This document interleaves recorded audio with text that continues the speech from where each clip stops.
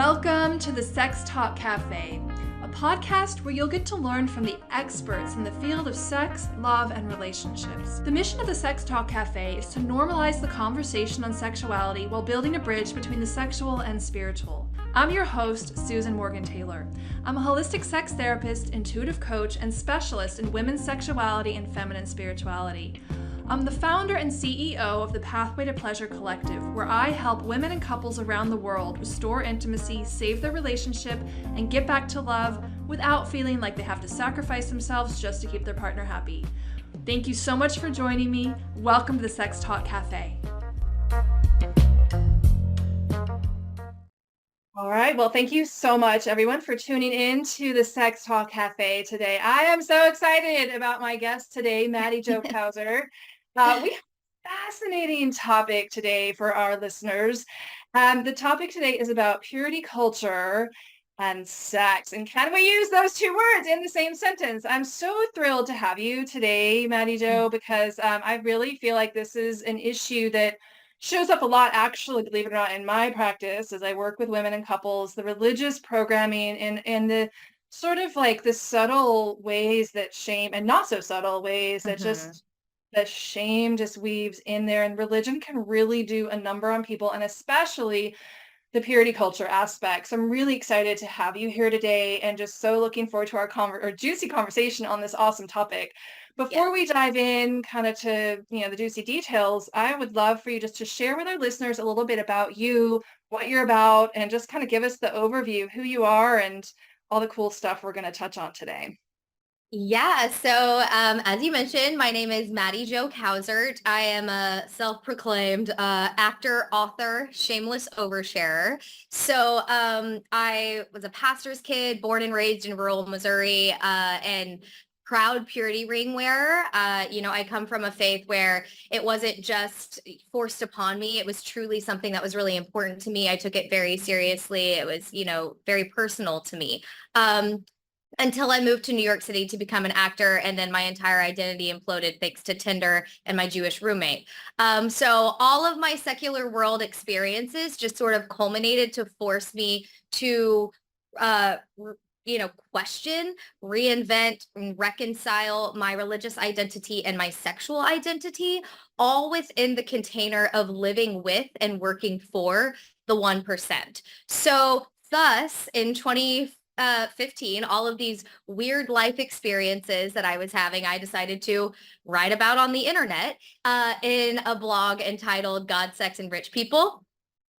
And people are like, how'd you come up with that title? I'm like, it was literally just a summary of my life. I didn't think too hard about it, but with the passing of marriage equality, I decided to share in my first blog post called God and the Gays about how the LGBTQ community was sort of the catalyst for me questioning what I had been taught about following Jesus, right?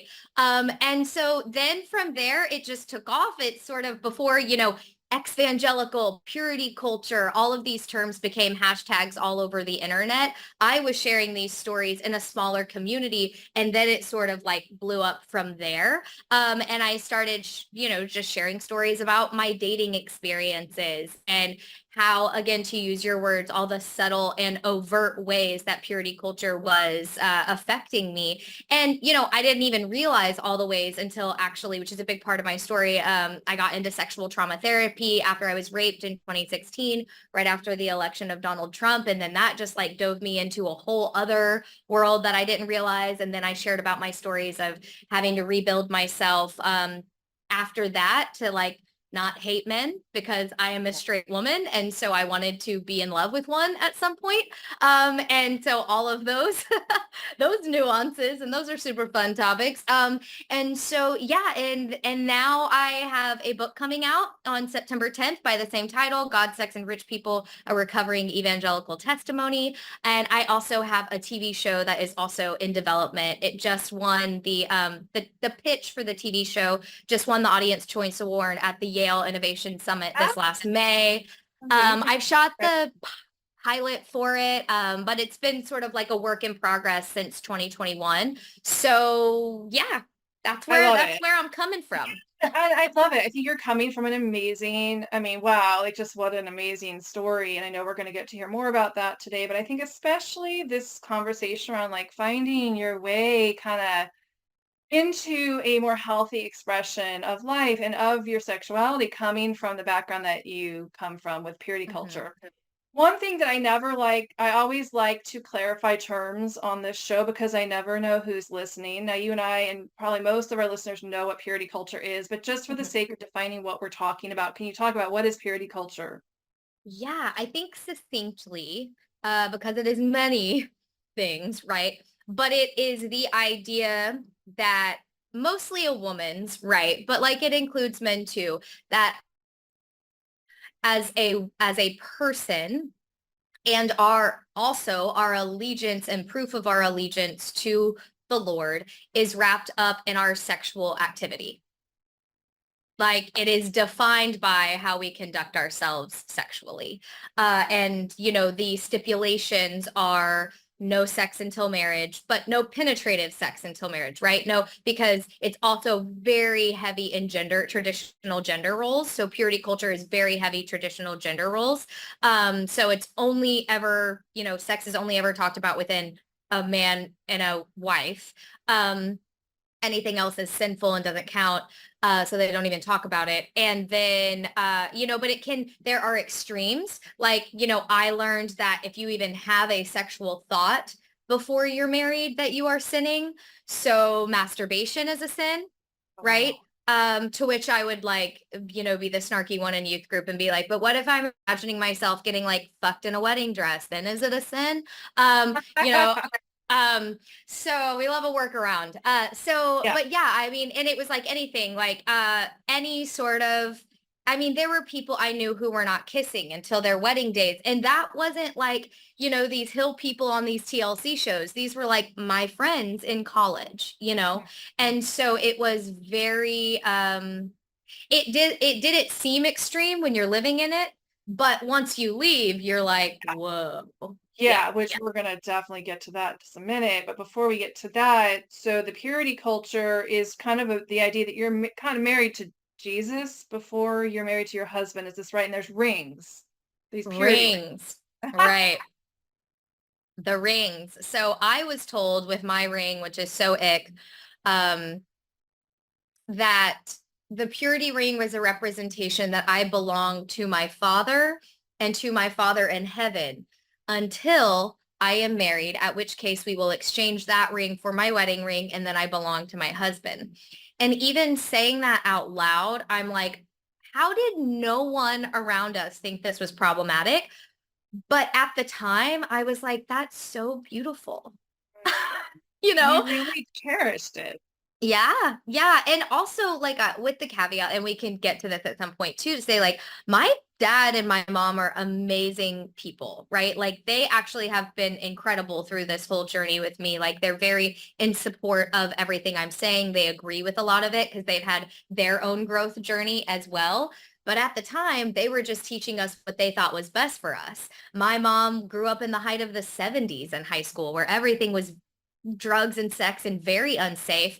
And she didn't want us to repeat her offenses, I Sure. guess. And so she was teaching us what she thought was best, which is sex is best practice when you feel emotionally and physically safe, but that only can happen within the confines of marriage, right? Which now she would backpedal that, but at the time she didn't.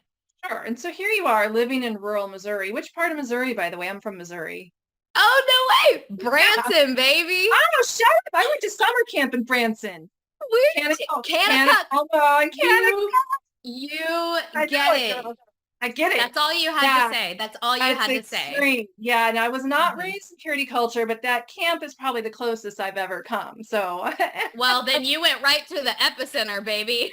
that is awesome. So here you are. Yes, okay. We have that. Yeah. Living in rural Missouri in Branson, and this purity culture thing is normalized. No one questions it, and you're cherishing it, and you're living out the values of that. And then something happens, and you move to New York City. So Mhm. tell us kind of how does this progress, and how do we find you where you are here now, like kind of more liberated and talking about this openly?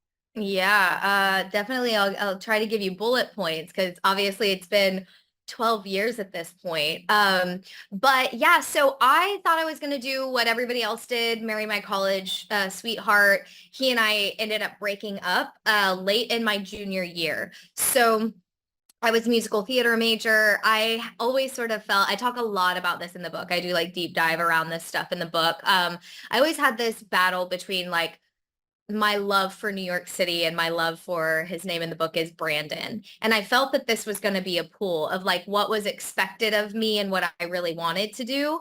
I didn't have the language for it at the time, but that was definitely always in conflict in college. And then we broke up. And so I was like, oh, well, I guess I just have to throw myself into this dream of moving to New York City. Like I don't have a marriage out anymore. So I did. And I moved to New York City right after college. And through a very weird series of events, I did not end up living in like a gross apartment with roaches and 17 roommates. I actually ended up living with this guy who had inherited a penthouse apartment, 4 bedroom, 4 bath, terrace, doorman building, I don't want cleaning lady, like the whole 9 yards for the 1% lifestyle in New York City. And I ended up living with him. And he was from a very wealthy Jewish family. And my other roommates were like this Indian woman and this Swedish woman. So there was like more diversity in my New York City apartment than all of my life in Missouri, right? And sort of just by accident, like I have a book or a chapter in my book called Baptism by Tinder Flame. And it's like I went on these dates and I was taking my evangelical preset of like what it's like to date intentionally, date to marry. And it was Yeah. going embarrassingly bad. On And then, Tinder. On yeah, Tinder of all the apps out there. Not to right. mention. I mean, how can you even go on a date within the confines of like date to marry with app dating? Because you don't even know these people. So how do you know if they're like marriage material? It's also like crazy. But anyways, that's what I was doing. And I was coming home from these dates and like talking to my roommate Andrew about it. And I was telling him about like, I just keep meeting all these Jewish guys on these dates and I can't marry them. We have different faith identities, Yeah. and he was like, and he would kind of be like, he had little quips that he said like, oh yes, because your religious fantasy is superior to others' religious fantasies. And I was Mm. like, oh, fantasies, who do you think you are, and I'd be like, I mean, I think that the Bible is founded in like history and archaeology and like all this stuff. And he was like, yeah, no, I get it. Christians get miracles, everyone else gets stuff they made up.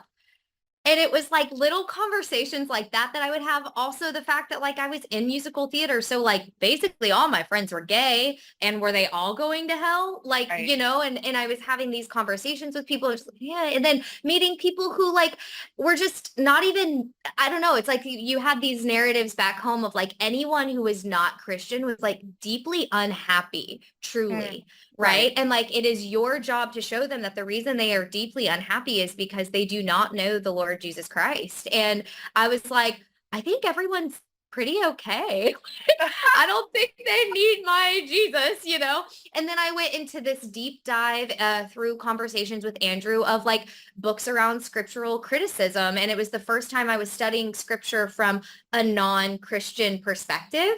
And like from a true, like literally reading textbooks that are being taught at like, Columbia theology, right? My mind is blown. I felt like, not that I had been lied to, I felt like I had been lied to, but like a lot of information was withheld. And then I would like get in conversations with my dad and be like, Dad, you're a pastor. If you know all this shit, why are you not telling this to your congregations? So I went through like the grief cycle of like losing my faith and not having that identity anymore. And like at a time when there was not language for it. So I felt very isolated in that. And then I just pendulum swung.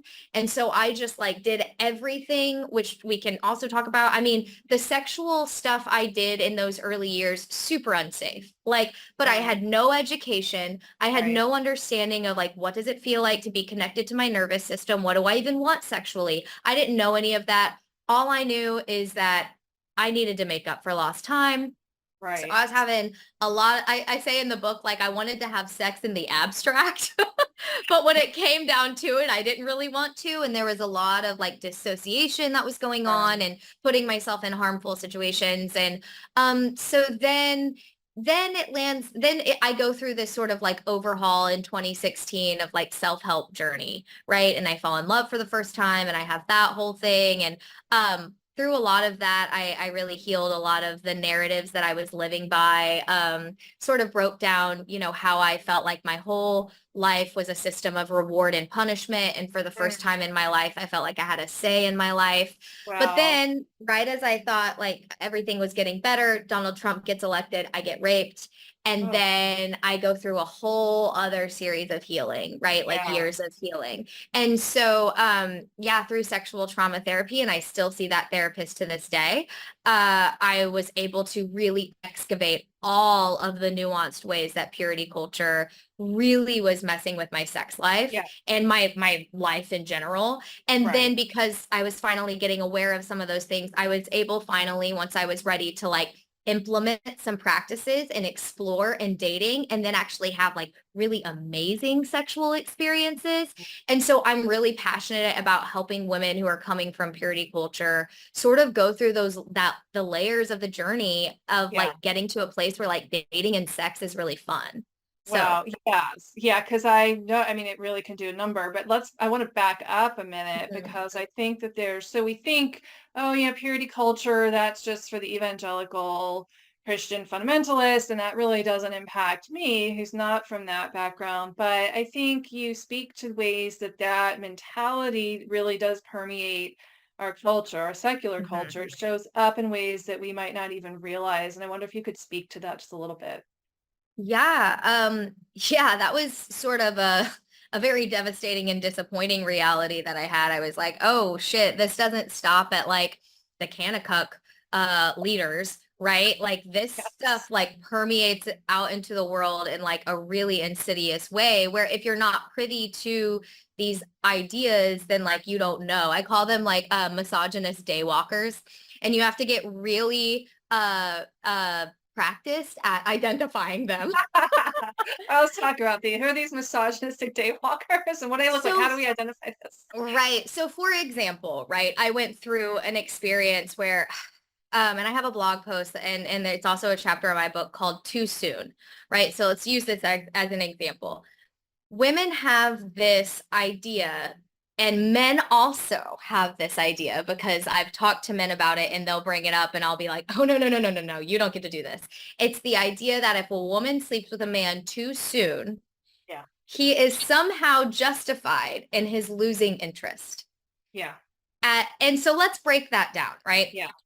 Or let's just say things are going great with this guy and then date 3 they have sex and then he like stops calling and Yeah. stops texting and all of the fallout, right? And then the woman's doing the thing of like, oh, I slept with him too soon Right. Blaming. and that's why he, right? Right. So let's break that down. If that's the case, right? If it is the case that this guy has lost interest in you because you had sex with him too soon, we don't know if that's true, but if it is, then that would mean we could surmise that this is the type of guy who bases a woman's value and intrigue on sex. Yeah. And you have no other value outside of whether or not his penis went into your vagina.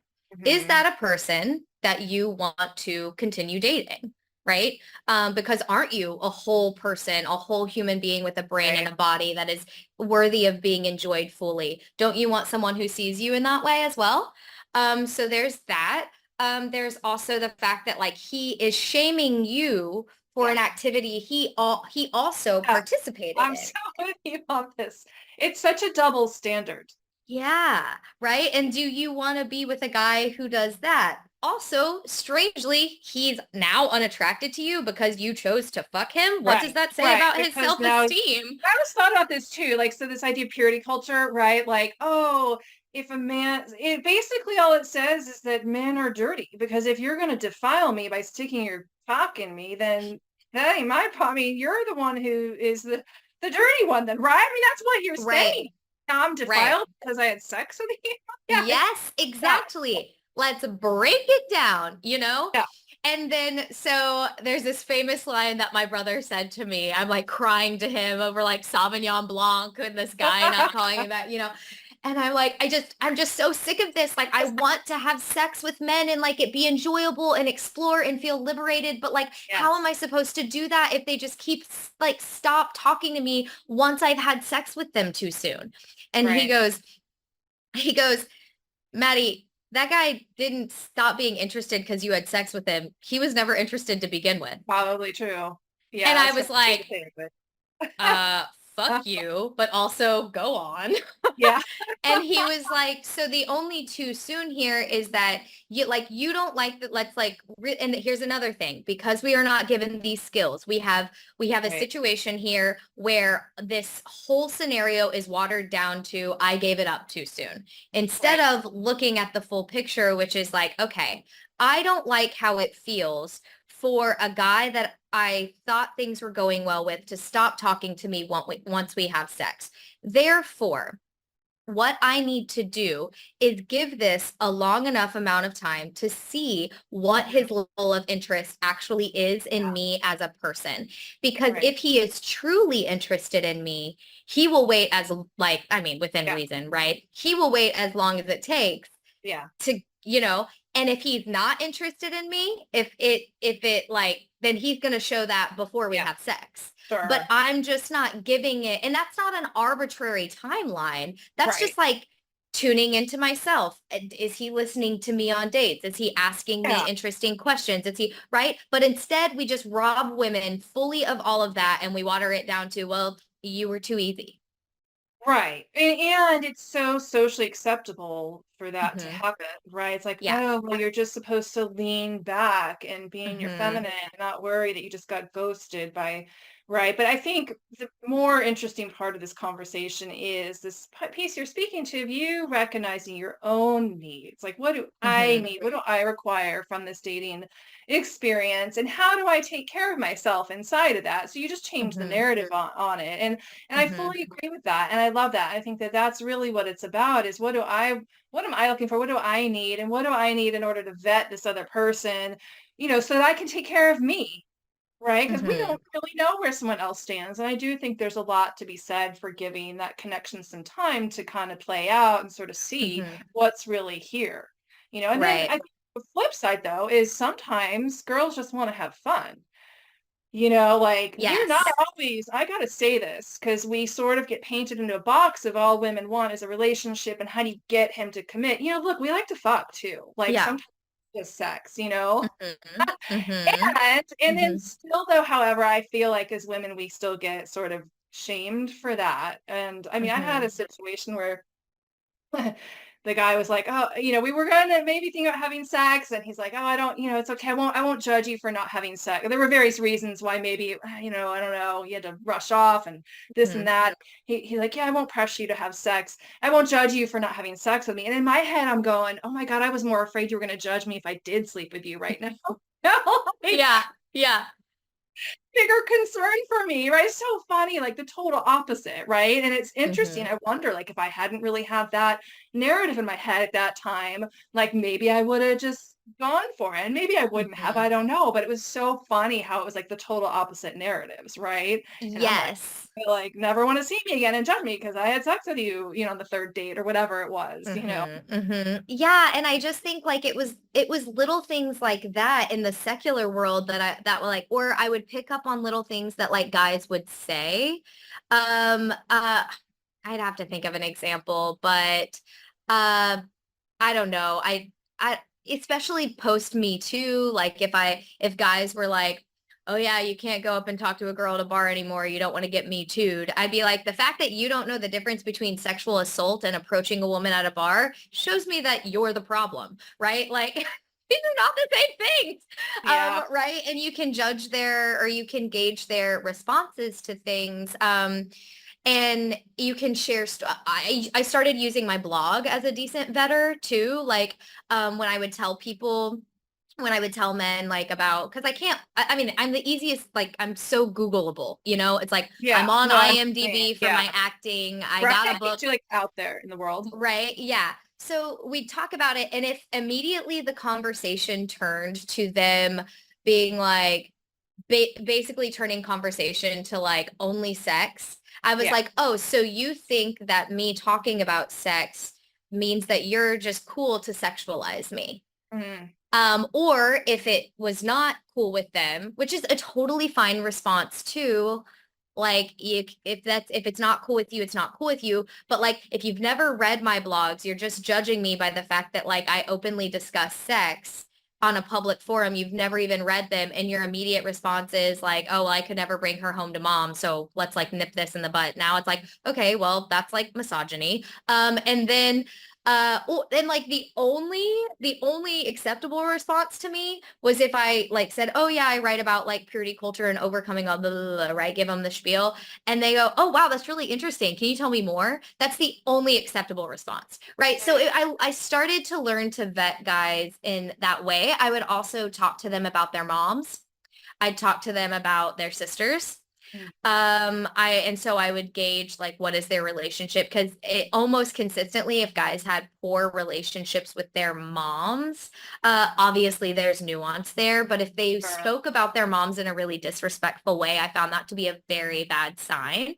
It proved to be. Um, so yeah, it was things like that I started to get privy to. Now, like I say all of this was saying like the guy who I experienced date rape from was like a super liberal UN diplomat. So Mm. like even these liberal guys, Oh yeah. I mean, just they can come where do you through and be stand? like behind closed doors, right? Yeah. And it was other things like if we're talking about, sexual assault, and they say things like, well, is alcohol involved? And granted, that's a whole other conversation too. That's very nuanced, but it's like, yeah, but like when I get too drunk, I want to eat Taco Bell and go to sleep without washing my face. I don't want to rape a person. So Right. like, what are the underlying cultural norms that we have conditioned men into to think that like Right. when their inhibitions are down, it is to take advantage of someone? Yeah. So yeah. Yeah. That's a But lot. So yeah, sorry. no, that's great. I mean, it's like a whole other podcast series on just on that Right. piece alone. I want to bring it back to the purity culture Mhm. piece, and I wonder if you can share a little bit about, there's people listening out there that can really relate to your story that are still really trapped in the negative shame spiral that I think purity Mhm. culture can really put on everybody, but women in particular. And I really would love to know about like what would you say to people listening who maybe haven't been able to take that step? How do people find their way into a healthier relationship with their bodies and with sexuality? That's a great question. Well, I mean, you can read my blog. I do have a lot of resources there, and I feel like just by telling story, there are like there are books, in my book I have like a list of like further reading that there are accounts such as like Erica Smith is a sex educator, and she educates specifically around purity culture. Dr. Camden Morgante talks a lot about purity culture and recovering from it, like even within a marriage. So I feel like if you just go to Instagram and like put in the hashtag like purity culture dropout or ex purity ring wearer, or like things like that, you will find a lot of accounts that have phenomenal resources. And then the algorithm will get to know you, and it will start to give you more information. But I think really, I know that Linda K. Klein, she is the author of this book, Pure, that I kind of call her like the Heard of her. foremother. Yeah. Yeah. I call her the foremother of purity culture literature, because she was sort of like, she pioneered it. And it took her forever to get her book published because it was just before its time. Wow. Um, and then it released in 2016. So it ended up being like Yay. perfect timing, Perfect right? It was timing. when the world could actually hear it because of like Donald Trump and evangelicals and all of Sure. that. Um, so that's a great book, but she also provides coaching for purity culture trauma healing. There are purity culture healing support groups. I mean, obviously people like you are an amazing resource, because so much of the process is getting in touch with your body and Yeah. actually knowing like what is my nervous system telling me? Because Yeah. all of our conditioning as in purity culture and religion is to like dismiss our bodies and our Right. minds, that Right. that's evil, right? Like don't listen to them. Yeah. So it's like relearning all of that. And then look, I know therapy is inaccessible. I was lucky enough that I actually got my therapist through Planned Parenthood, through like a social worker and like a nonprofit they were connected to. So I got him for free initially. I do pay for him now. But like, you know, I think there are so many more practitioners now that are privy to purity culture and religious Yeah. trauma, and they weren't when I was seeking it. And Yeah. you know, So it's much more better now. available. I know one Yeah. thing I've run into around this, and if you feel comfortable getting personal, Hmm. please, but don't feel obligated to like respond to this. But Hmm. one thing that I've seen where people really struggle is they still, when they think of God, they think of the church. And so there's sort of this Hmm. conflation of God equals the church. And the church has told them all these bad things, you know, your body is bad, sex is a sin, to the extent they can't even enjoy sex within the marriage. They don't know how their bodies Yeah. work, how to even find pleasure. And they feel bad if they do get pleasure, even though they're now married. You Hmm. know, it's a shit show in a lot of ways. But one of the things that I found is part of that process of expanding and healing some of those negative influences has to do with repatterning your relationship with God. That Hmm. God doesn't have to, no longer has to equal the church. We have to unwind the idea that what the church is God, right? This overseer Hmm. that implements rules and dogma and shame. That God can be, you can have a brand new relationship with God, and maybe you need to call God something different for a little while, or maybe not, Hmm. but actually like pulling those two things apart and really creating a new relationship of who is God to me, what do I want my relationship with God to be, what's the new rules that I'm going to Hmm. play by, what's the new story I'm going to live by, who is God for me and in my life. So I'm kind of curious if that was like a process that you went through, or if you have seen others kind of get stuck there or find their way out of that, just kind of around that piece. Yeah, so I mentioned in sort of my not so bullet pointy journey that I did this like self-help overhaul that happened, and like I was feeling so much better. That was a big part of that. When I was doing it was like over a period of time, but like it started, I would say I started to redefine who God was in my life when I started doing the scriptural criticism research, Okay. because I was like, which I think is a very important part of Yeah. the like sort of deconstruction process, because you need to see for yourself that this version of Jesus that we were given is like the tiniest Yeah. little bastardized Western version of him. It Yes. is not fact. And it Yeah. was taught to us as if it was capital A, capital T, absolute truth. And it's not. It just isn't. Like, and if you read enough books, you will find that. I mean, even the canonized version of the New Testament, right? It's like when the Council of Nicaea came together, you had all these people who were like, well, some people think that Jesus was fully spirit, the Gnostics. Some Yeah. people think he was fully man. Some people think he was both. You know what? Let's slap them all together and call it the Holy Spirit. Okay, now that we're all on the same page, let's go ahead and only select books Yeah. that are in full support of Right. that view of Jesus. And that's why certain Gnostics didn't make it Yes. into the canon. That's why, you know, and if you can Oh, go back even that, right? Or even look at the fact that like the Catholic canon is different from the Protestant canon. mhm. Who's got the absolute truth? The first Right. people or the people who came later? Like, you Yeah. know, it's like you can start breaking those things down. You know, Bart Ehrman has a ton of amazing books that break down a lot of this. He's a scriptural criticism expert.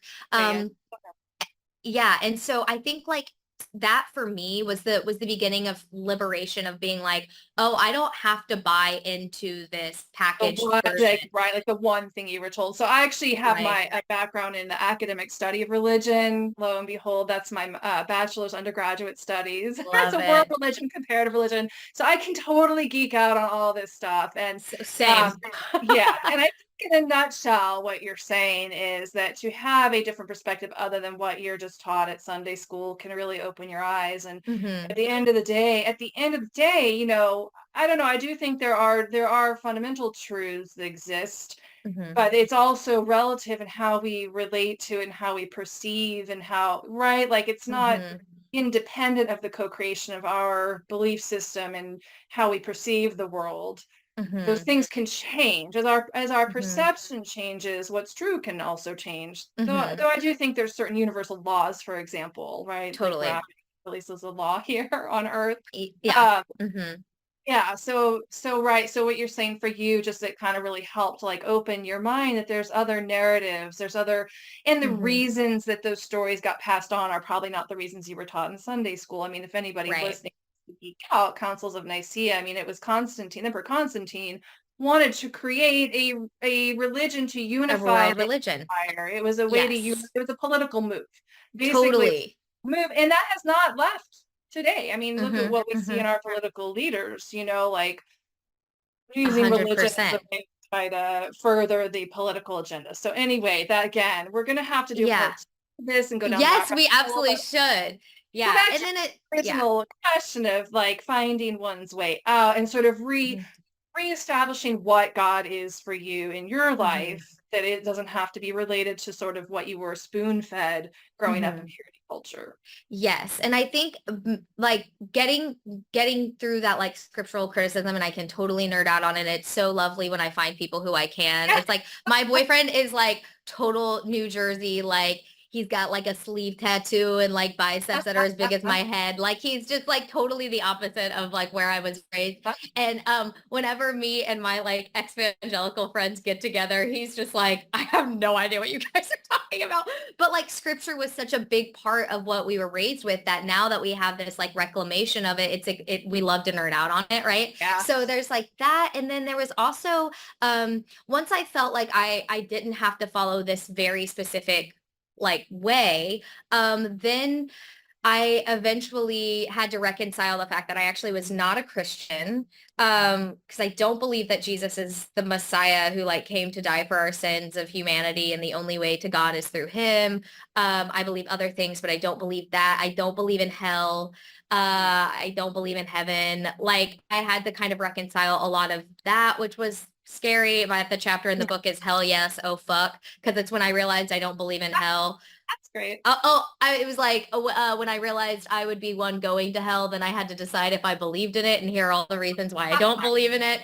And then there was that like third thing, which was the personal development chapter of my life, which was like I realized how much of the narrative from my evangelical background was like self-hate and diminishing, and that I never ever said a nice thing to myself. Because Wow. as women, we're taught to be like demure and meek, and like you can't be too loud, you can't be too big, you can't, all of these things that's not attractive. And so like Yeah. I never thought I could be like confident. I mean, I had like raging eating disorders for a very long time. And it wasn't until this chapter of my life that I was finally able to heal my eating disorders. Yeah. Because I was like, oh, this is work from the inside out. These are like Right. narratives that I just go on all the time. And then there was also like going back to what I said earlier, I realized I felt like my whole life was a system of reward and punishment, that Mhm. God was the puppeteer Yeah. making everything happen. And then I realized, oh, I make everything happen. Like Wow. Yeah. what I believe Yes.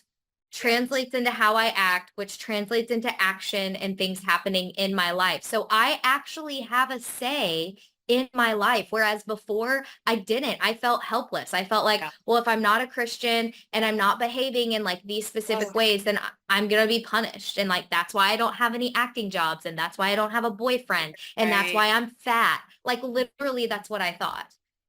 Wow. Just toxic. Yeah. Yeah. And I mean, I could say so much about that, but this whole idea of the unworthiness thread that Mhm. tends to weave through sort of the mainstream expressions of Christianity is so distorted and so out of alignment with really what we're meant to be. I mean, Mhm.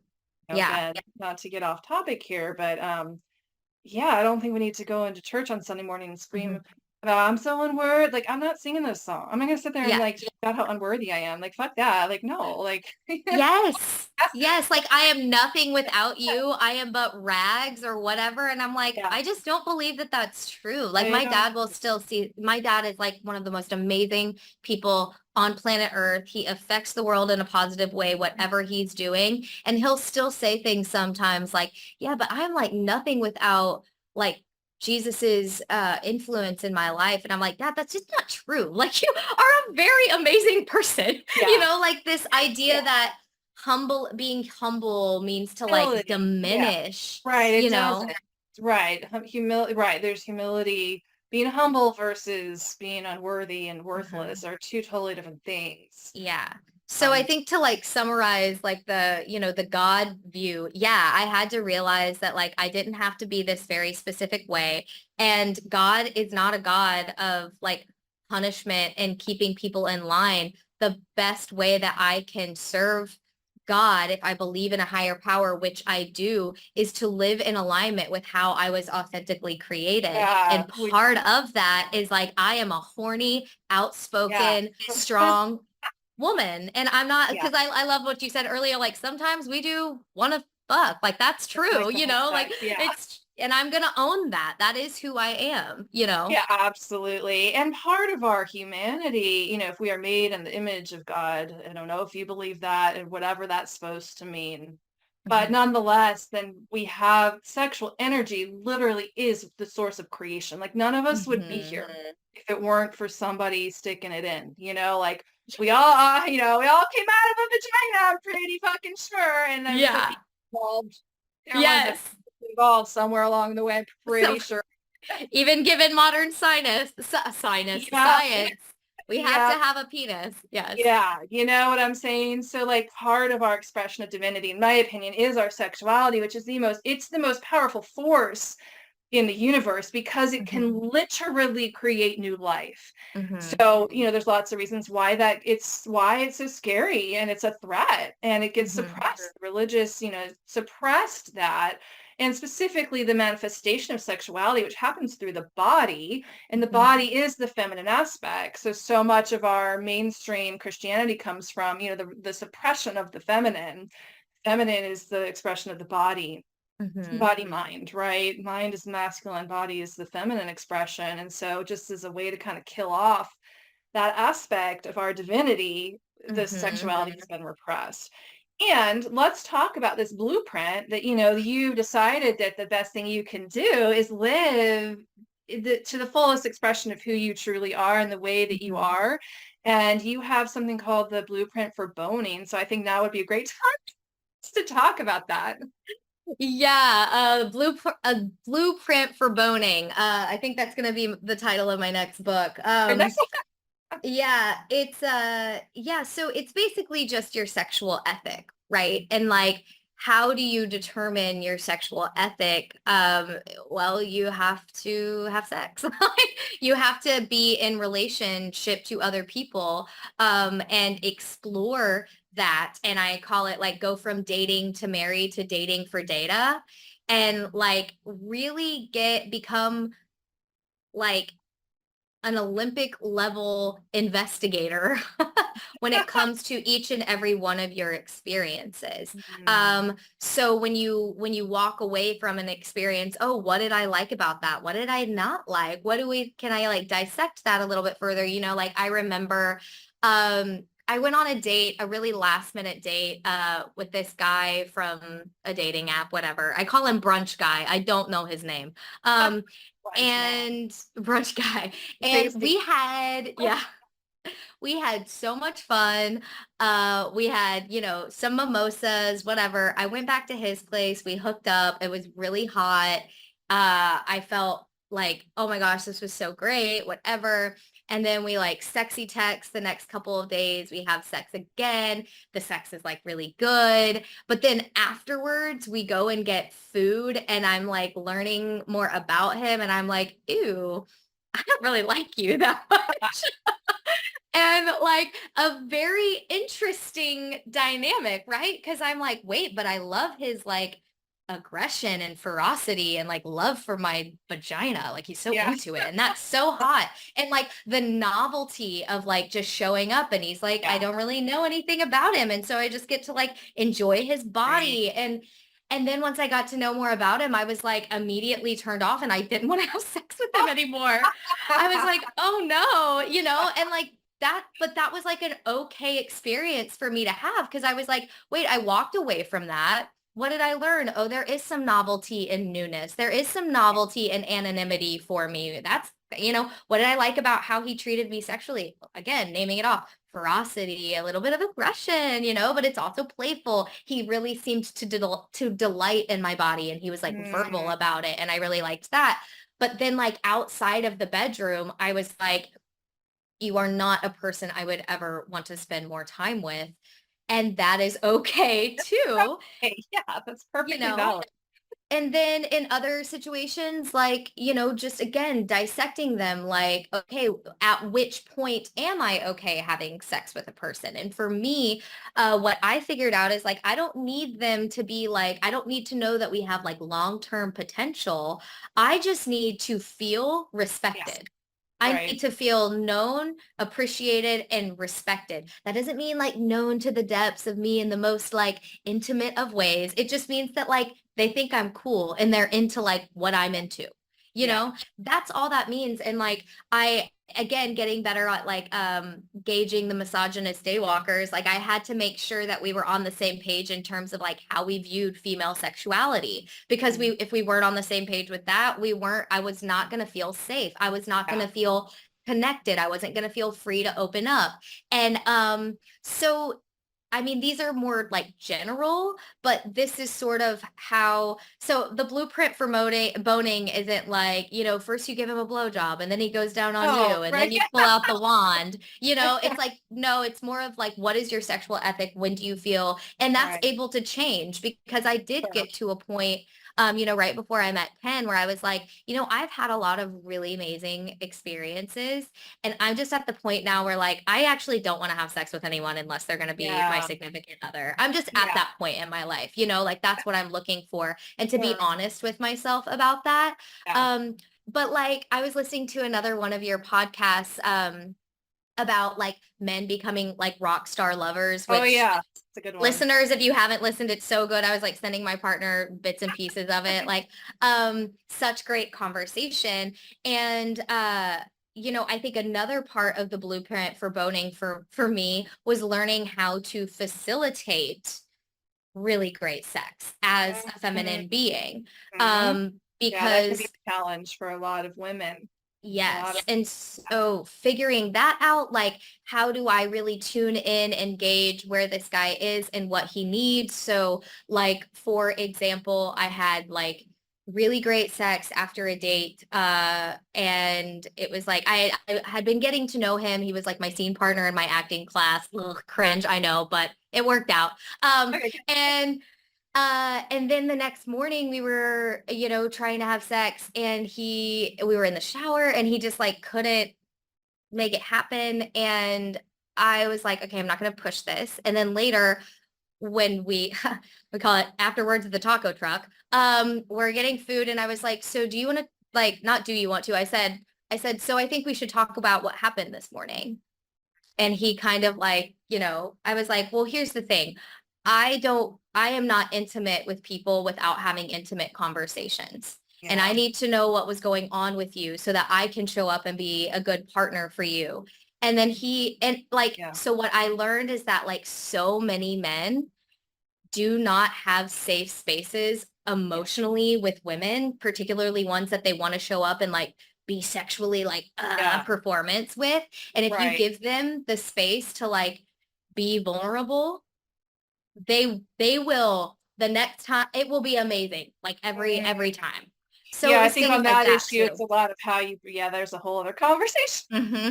Bring it up. And actually, Kevin and I might have talked. I think we did. We talked about that in Yeah. that How to Be a Rock Star Lover, Sex Talk Cafe. Yeah. I can't remember what episode number, but y'all can Yeah. find it. And I think, yeah, when what you're speaking to, this blueprint for boning is really what it comes down to, at least how I would articulate it from my Hmm. perspective, is really that we know that we know our needs. Because that has Mhm. been the case for me as well. There's been times where there's high emotions, and I know that if I have sex and you ghost me, that's going to be painful. So no, I have different Mhm. needs than I might if it's like, this is a tasty snack and I'm interested in just, let's just have Yeah. some fun, right? My needs might be different. The expectations are different. And I think what it really comes down to is that we know ourselves well enough to know what our needs are, which can be remarkably harder than it sounds, especially if you Mhm. come from, well, like many of us do just as women in general in our culture, but especially purity culture, of having to shut down your own desires to please Mhm. others, or just because they're wrong and you shouldn't have any and you've got to give your life over to something else.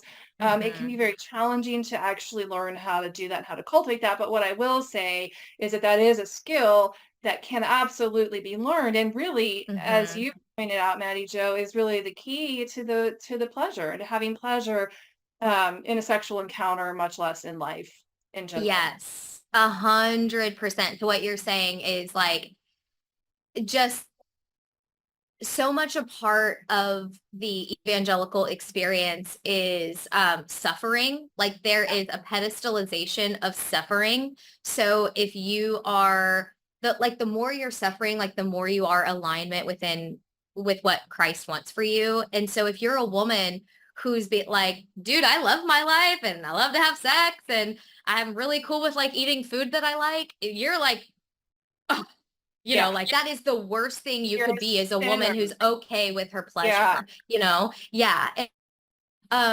Yeah, and this whole like self-deprivation, like it's not right. of me, it's for the Lord, right? Like it's just these narratives that every Yes, left and single right. That just really, yeah, it really Mhm. really can mess us up in sex, especially because sex is really about pleasure, enjoyment, expanding, opening, Mhm. embodying those things. And if you've been ingrained that that's bad and that you're unholy and you're sinning, should you Mhm. dare to enjoy, dare to Mhm. learn your body, dare to touch yourself, dare to, you know, actually have sex that's enjoyable, then it means all these bad things. And yes, a lot of Right.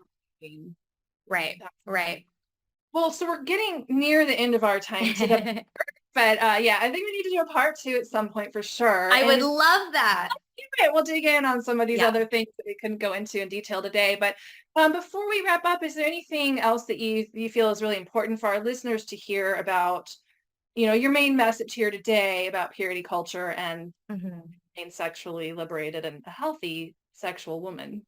Yeah. I mean, I think that a big thing that a lot of women come to me with is like they want to explore themselves sexually, but they have a very hard time finding the way to do that and Yeah. like a partner that feels safe, a partner that feels consistent. Like I know I had that too. It's like, God, can I just like have sex with one person for like a year? That would be Right. really nice because there's only so much you can explore if you're True. only sleeping with people for like 2 to 3 months at a time. And I totally, totally get that. Um, and what I would say is, and this is again like the practice, what you're saying, like, right? It's a skill, it's a practice. But I think like say yes to things and just see where it goes. So like for example, I had sort of like the best sex of my life. I also wanted to say like and best sex of my life happened like during the pandemic and I think it's because I didn't have shit going on. Like I Yeah. think like I was able to Yeah. relax, Yeah. you know? Actually show Um up for the event. Right, exactly. But also maybe also ironic because like we weren't supposed to be near each other. But anyway, I just come off of what I was sure would be like the best sex of my life. I would never get anything better. And I was like, I could say I was devastated because of like him when it ended. But really, I was very devastated I wasn't going to be able to continue having sex with him. And because we were seeing each other for like 3 months, whatever. And then I met this other guy like a year later. And, I'm at a place where like I feel like I'm ready for a relationship, whatever. And he pretty clearly after we have like great sex, of course, after the fact is like, look, I'm not open to a relationship. I just got divorced. This is the first time in my life I'm like exploring being on my own.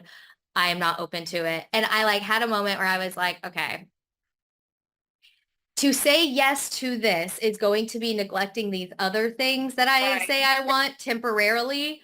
But like, he's offering Yes. consistent, really good exploratory sex. All right, I'm saying yes. And like Yeah. owning, and we went on to have like an amazing sexual relationship for over a year. And I'm Yeah. so glad that I said yes Yeah. to that experience. So like, but part of that was also tuning into where when it was no longer working for me because I did Sure. have feelings for him and I did want other Yep. things.